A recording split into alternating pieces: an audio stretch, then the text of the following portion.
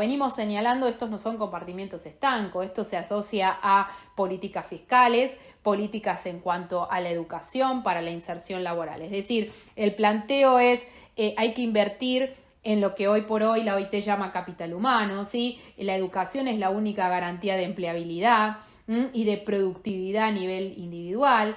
Hay que mejorar la calidad de estas instituciones, hay que brindar protección social, hay que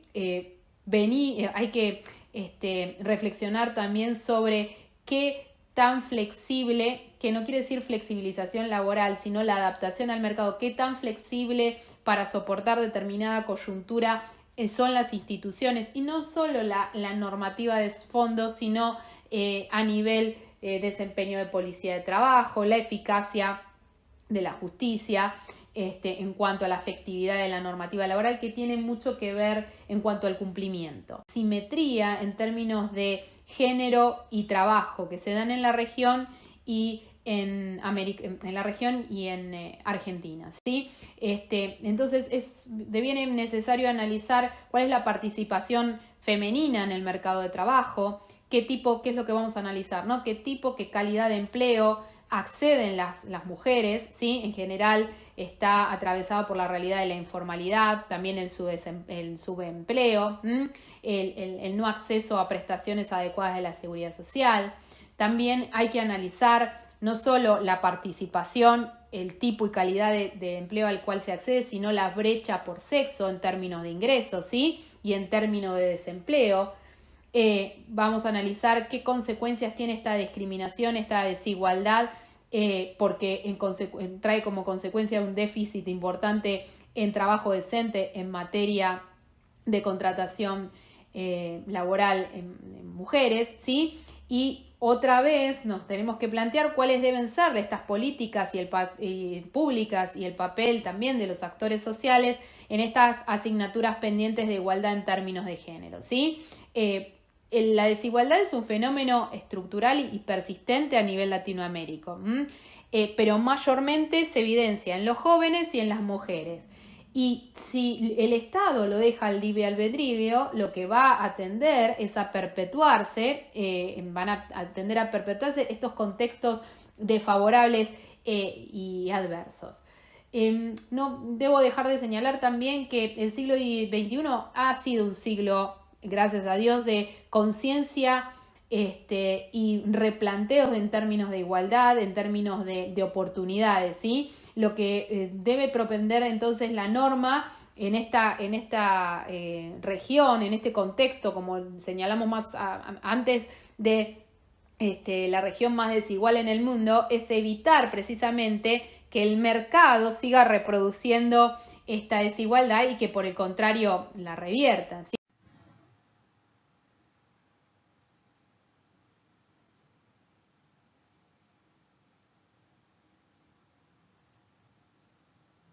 Participación en el mercado de trabajo. Ustedes saben que la tasa de participación, o sea, vamos a ver la tasa de participación de las mujeres en el mercado de trabajo, ¿verdad? La tasa de participación representa la proporción de la población que está en edad de trabajar, que participa activamente en el mercado de trabajo. La tasa de ocupación, lo que me va a indicar es el grado de aprovechamiento que hace ese mercado de los recursos humanos que se encuentran en edad de trabajar. Y la tasa de desocupación es la proporción de la fuerza de trabajo de esa fuerza de trabajo de la población económicamente activa que se encuentra desocupada.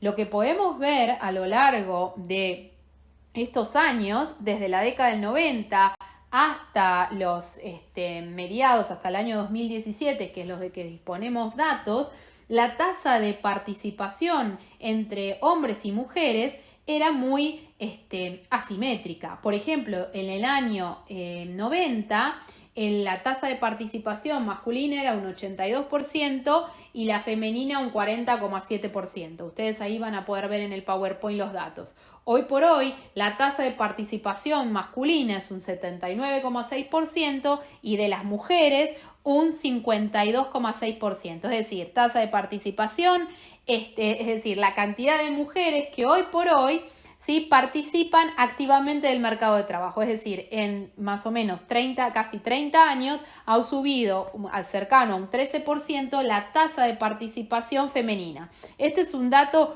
positivo, es decir, como acceso al mercado de trabajo, la tasa de participación de las mujeres superó por primera vez la barrera del 50% en el 2017, es decir, 5 de cada 10 mujeres en edad de trabajar participan del mercado de trabajo. Pero lo que está subsistiendo en realidad es el problema de la brecha, ¿sí? Tanto en la tasa de participación como en la tasa de ocupación, es decir, se mantiene en un 20% respecto a la diferencia respecto a los hombres. Es decir, como dato positivo, aumentó la tasa de participación de las mujeres en el mercado de trabajo. Como dato no tan positivo es la brecha, es decir, la distancia que hay entre hombres y mujeres de casi un 20% de puntos porcentuales en la tasa de ocupación, es decir, la porción de las mujeres que participan en el mercado de trabajo que están ocupadas. Ha habido una evolución, pero todavía hay cuestiones pendientes. Hay factores que obviamente explican este avance que se ha producido, que algunos son cuestiones positivas como la formación profesional y otras cuestiones no tan positivas como la necesidad de aportar ingresos a la familia para cubrir las necesidades básicas. Porque ¿qué ha habido en la Argentina y a nivel mundial? Un aumento de los hogares con lo que se conoce como jefatura femenina, es decir, la mamá como cabeza de familia, ¿sí? Hogares donde la madre es la fuente principal del ingreso frente a un varón desocupado o subocupado, ¿sí? Otro factor que ha incidido es el retardo en el inicio de la maternidad y la disminución en la tasa de fecundidad, la expansión a nivel de escolaridad femenina de la tasa de escolaridad, y obviamente todos estos cambios han impactado y han provocado cambios culturales que contribuyeron a elevar la conciencia sobre los nuevos roles que la mujer ha tenido que asumir. Ahora, si nosotros estudiamos la tasa de participación de acuerdo a la Organización Internacional del Trabajo por sector del mercado de trabajo, las mujeres siguen afectadas mayormente a la tarea de servicios, enseñanza y comercio con respecto a diferencia de los hombres, que tiene una mayor intervención, por ejemplo, en las que son las habilidades o las profesiones más duras, el comercio, el transporte, la construcción.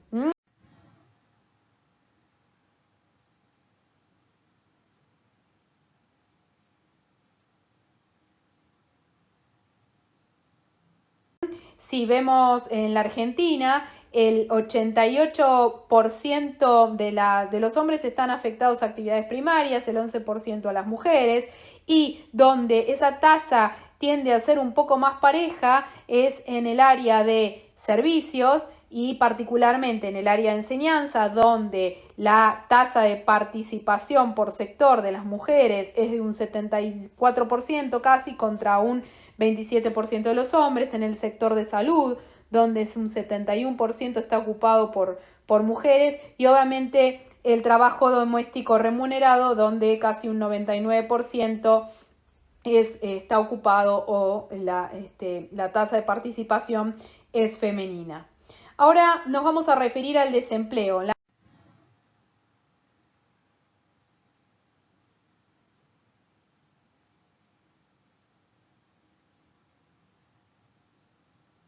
Lamentablemente el desempleo es otra de las cuestiones que afecta mayormente a las mujeres, como siempre decimos, a las mujeres y a los jóvenes, ¿sí? Pero es mayor entre las mujeres que entre los hombres.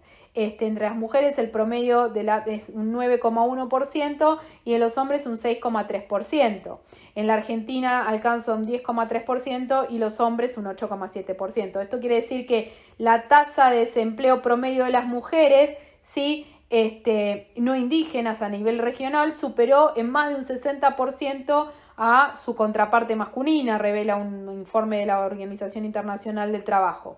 Ahora bien, si bien la participación del mercado de trabajo ha crecido, esto también aumenta, como aumenta la tasa de participación, aumenta los niveles de desocupación, es decir, aquellas mujeres que quieren ingresar en el mercado de trabajo y no consiguen trabajo, y la tasa de subocupación.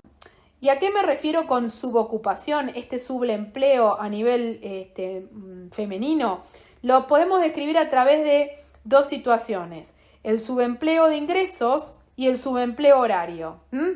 Las mujeres, ¿sí? Hay muchas mujeres ocupadas cuyos ingresos son inferiores al mínimo legal a pesar de que trabajan jornadas completas.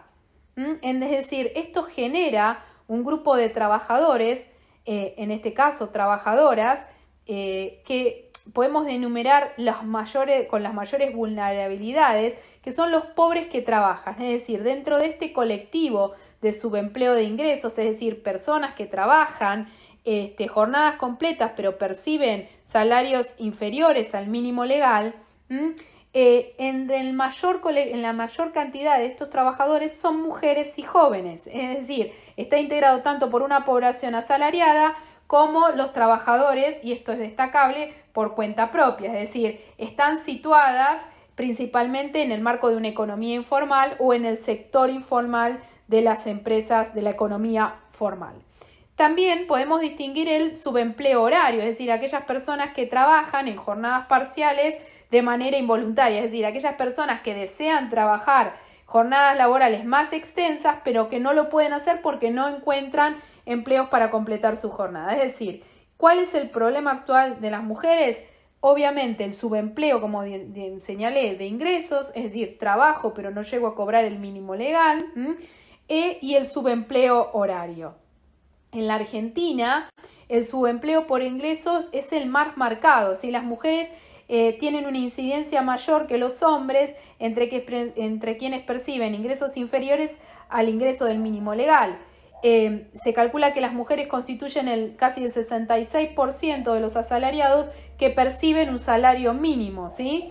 Y esto trae otra consecuencia, porque esto se da dentro del sector informal de empresas. Por eso se dice, lamentablemente, que la informalidad tiene cara de mujer. Y en cuanto al subempleo horario, las mujeres son aquellas en Argentina las que trabajan menos de 30 horas semanales y desearían trabajar más. Las encuestas permanentes de hogares que se vienen llevando a cabo en los últimos 5 años demuestran que aproximadamente el 78% de las mujeres de nivel socioeconómico bajo son mujeres, es decir, el 78% son mujeres y el 83% poseen un nivel socioeconómico medio. ¿Esto qué genera? Que, como dijimos, esta fragilidad laboral tenga cara de mujer. Por un lado vemos el déficit en el empleo, por otro lado vemos, es decir, sobre la cantidad de empleo, vemos pobreza de ingresos, y veremos precariedad laboral, ¿sí? Que esto lleva al sector informal, es decir, actividades de personas, de empresas que no están contempladas por la ley, lo que señalamos con anterioridad, o la ley no se aplica. ¿Qué ocurre en el sector informal? Estas asalariadas que tienen empleos informales en el sector formal o informal en los hogares, ¿sí? Son trabajadores por cuenta propia, son trabajadores familiares, miembros de cooperativas, que abrevan de todo este sector informal. Entonces, pareciera, ¿sí?, de acuerdo a las estadísticas, que las mujeres estuviesen concentradas en las áreas más invisibles, si se permite el término, de la economía informal. ¿Y cuáles son estas áreas más invisibles de la economía informal? El servicio doméstico, el trabajo a destajo, a domicilio, ¿sí? El trabajo a domicilio que se realiza a destajo, la asistencia a pequeñas empresas familiares. Esto se caracteriza por empleos precarios, de baja calidad, con escasa, obviamente, remuneración, con escaso o nulo acceso a la seguridad social. En el empleo informal, las más afectadas, como he señalado, son las mujeres, y en detrimento, obviamente, de sus derechos con respecto a los hombres. Es decir, las que más se ven afectadas son las mujeres en el mercado de trabajo con respecto a los hombres, ¿sí? Yo ahí les dejo unos datos estadísticos que van del año 2000 al 2018, donde se muestra el empleo informal total, el empleo del sector informal, quienes trabajan en el servicio doméstico y la evolución que ha tenido a lo largo de los últimos años en este sector informal respecto de las mujeres.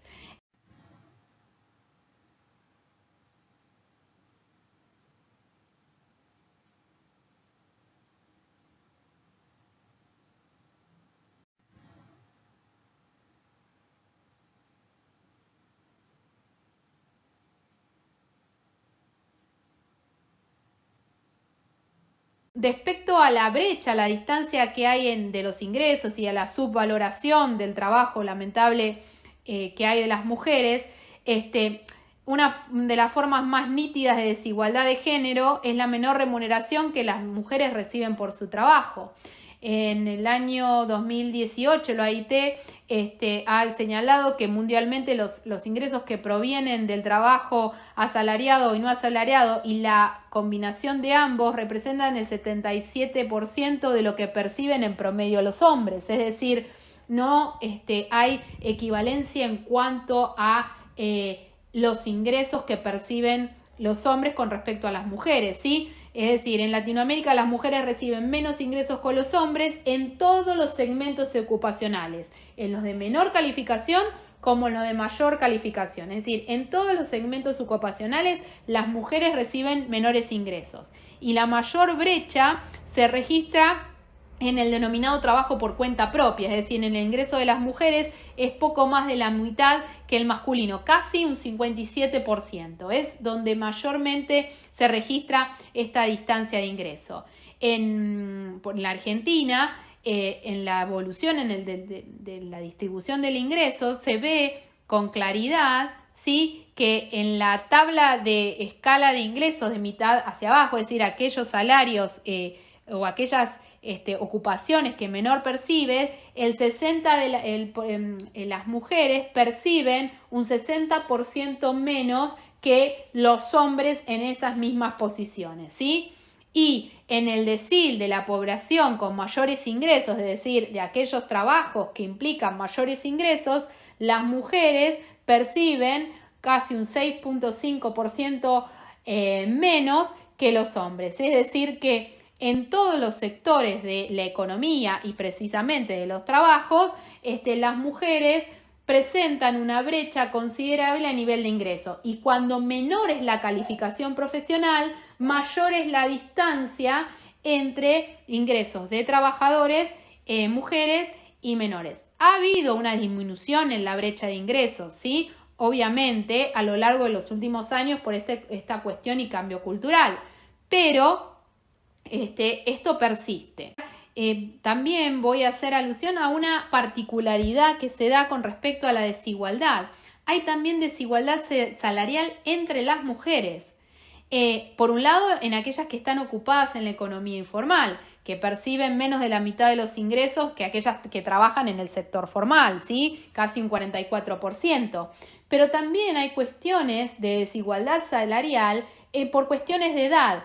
Hay una brecha entre los 45 y los 55 años, es decir, un techo en la trayectoria de las mujeres que es más bajo y su posibilidad de ascenso es inferior. Es decir, entre los 45 y los 55 años el techo en la trayectoria es inferior. Esto que indica que mientras los hombres logran mayores avances en sus carreras y accesos a posiciones de mayor complejidad y mayor responsabilidad, con la edad, es decir, los hombres con la edad tienen posibilidad de acceder a puestos de mayor calificación y por ende mayores ingresos. Esto ocurre al contrario con las mujeres, y las mujeres obviamente no tienen mayores avances entre los 45 y los 55 años. Es el conocido, obviamente, techo de cristal, ¿sí? Las mujeres tienen menor acceso a estas cuestiones en cuanto a la evolución.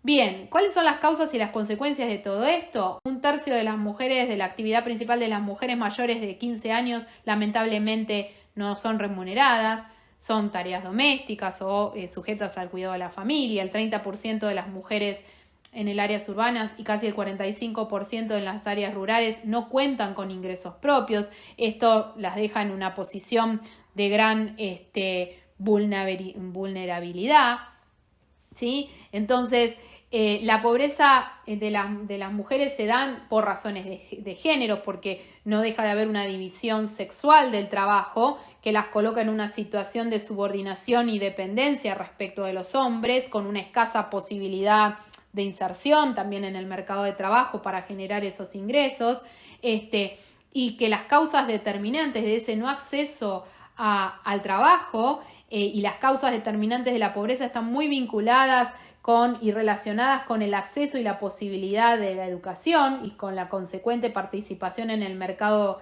laboral y el acceso a distintos recursos. Entonces, subsiste obviamente la discriminación y la estereotipización de género en el ámbito laboral, más allá de las evolución a la que hicimos referencia, estos estereotipos en los procesos de selección en la contratación, en la fijación de los incrementos salariales, también en las conductas, ¿no? En conductas de acoso sexual y laboral que revelan y tienen como consecuencia esta gran desigualdad.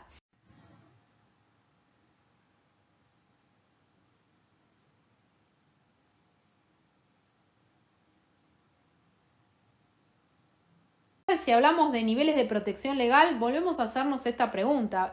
Hay distintos convenios, ¿sí?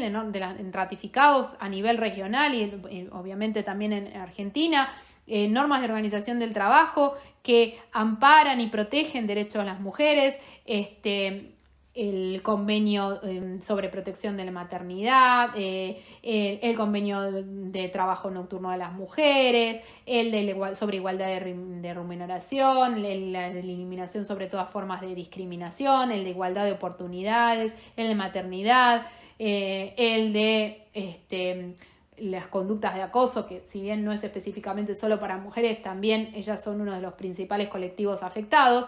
Es decir, no podemos decir que no haya normas protectorias a las mujeres. Es decir, si los niveles de protección tienen jerarquía, algunos de ellos obviamente superior a las leyes, ¿sí? ¿Qué es lo que está fallando?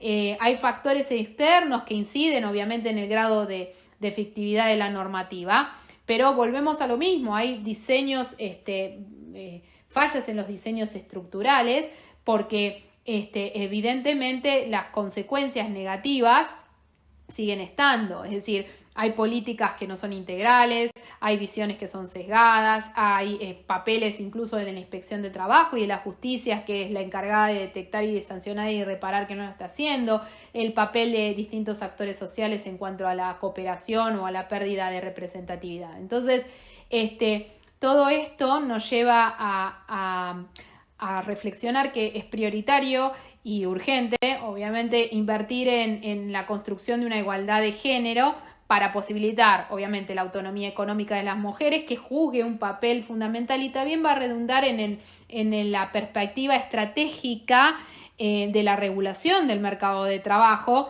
donde se incluya empleos para las mujeres, empleos de calidad, y no estar sujeto a formas de discriminación, obviamente en todas sus dimensiones. Es decir, debe haber políticas públicas que estén orientadas a la inserción, a la permanencia y al ascenso de las mujeres en el mercado laboral con ciertas garantías y condiciones de igualdad.